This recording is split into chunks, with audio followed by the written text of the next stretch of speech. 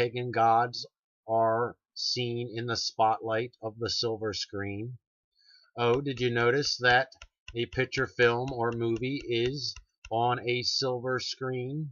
Settenniel tried to screen himself from others by clothing himself in silver.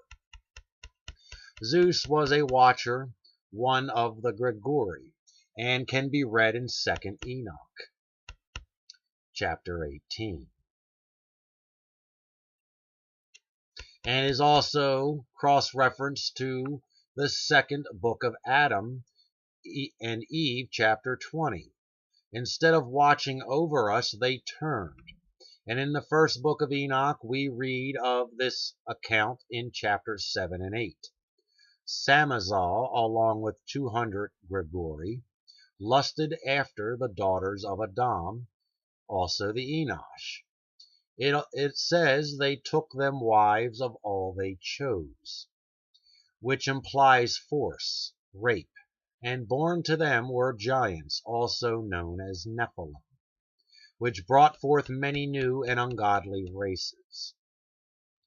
Aziel, I believe it was, that named his son Nazi, who was a demigod, and later in time we find that the Ashkenazi spring forth. Not only was there mixing of the seed, but they reinstituted an old custom that Settenniel started many ages before, and that was sexual acts with animals, along with surgical procedures by putting animal parts on people and animal parts on one another of kind of an animal. Yes, it is true. The myth of a 2 or 3-headed dog is real, and that goes for other mythological creatures. They were designed for war against the Almighty Yahweh. Today, our best scientists have taken the head of a dog and attached it to another dog, and they were able to keep this 2-headed dog or abomination alive for nearly 6 months. You don't believe me? That's fine. But ask yourself why all mankind and all animal kind were destroyed in the flood except Noah and his family. This now brings us to understanding the types of demons, Nephilim, and angels. Types of angels, or angelic host if you prefer, are the cherubim, seraphim, and the office or position in which they hold is an archangel and watcher. We find a list of generic titles such as morning star, sons of God, serpents, and host of heaven, etc. Next on the list is Nephilim, and the generic names and titles are giants, fellers, mighty men, tyrants, troglodytes, etc. Now, the races that are born from them are Rephaim, Zumin, Zamzumin, Eman, Anakim, Gamadium, Horam, Shedem, and Sarim, etc. The Rephaim equals the Rapha and means a giant, dead.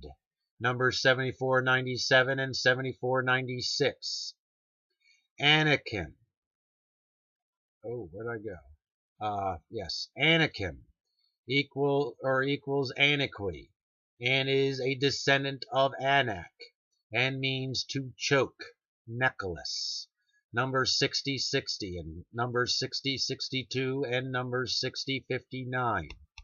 Zumin equals Zumin, an aboriginal tribe, a wild beast. Numbers 2104 and 2123.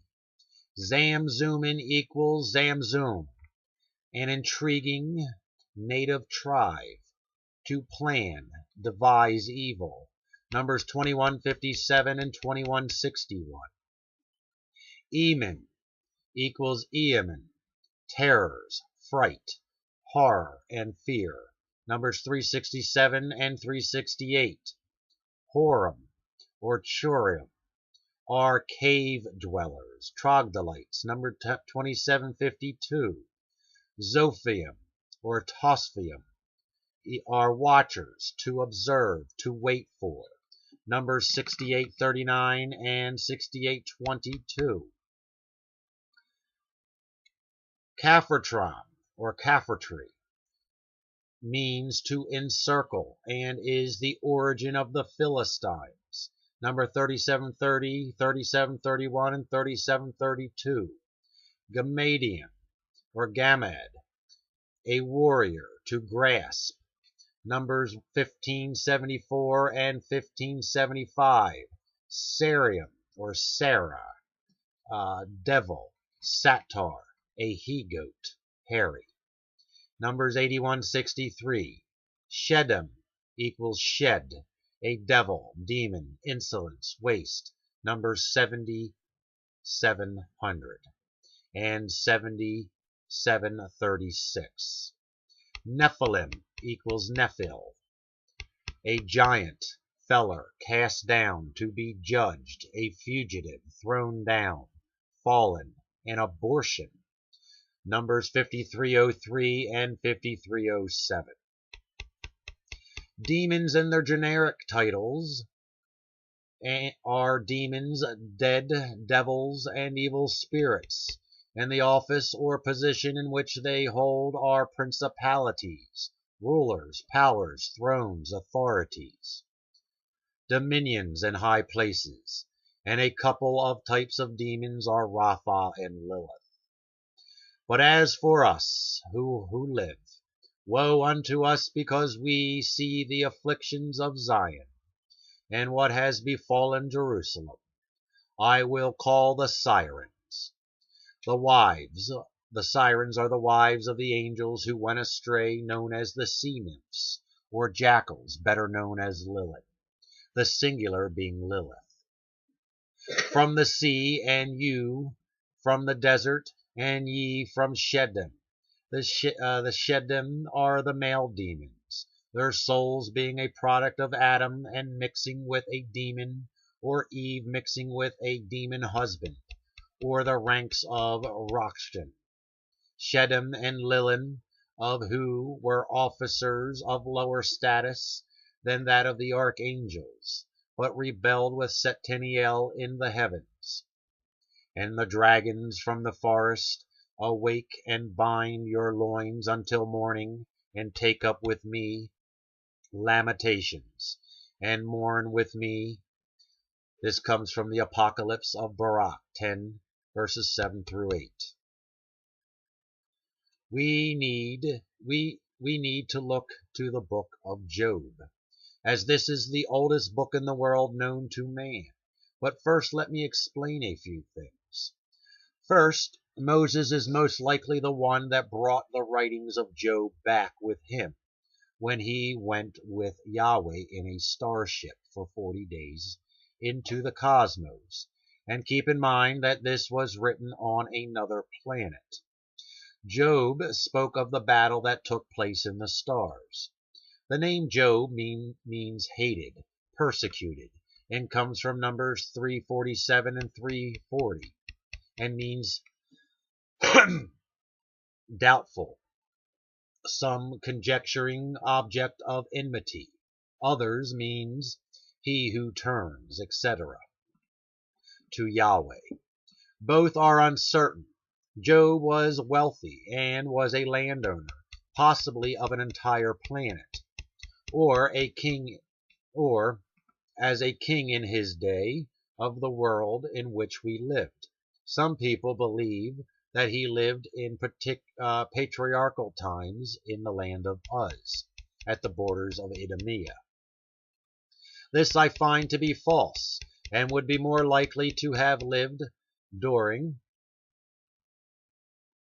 the first and second age of this planet. Now hear me out on this. Is it not possible that this was Setaniel's first attempt to corrupt the children of Yahweh long before the fall of Adam? As I said before, Job lived on another planet, and maybe the land in which he lived on this planet was named Uz. We know that a lot of names and places of our people come from a much distant past, and these names originated in the cosmos rather than here. Outside the books of Job, he is mentioned by Ezekiel in chapter 14 as one of the three great humans who represent righteousness, would presumably avail, if that of any individuals could, to redeem the nation, the other two being Noah and Daniel. Was Job a real individual? Yes. Written as legend, it was, or it must have been, an account of a real experience, as is narrated in the book, an experience unique enough to have become a household word. Still, the power and influence of his saga has lived in the hearts of our race down through the pages of time.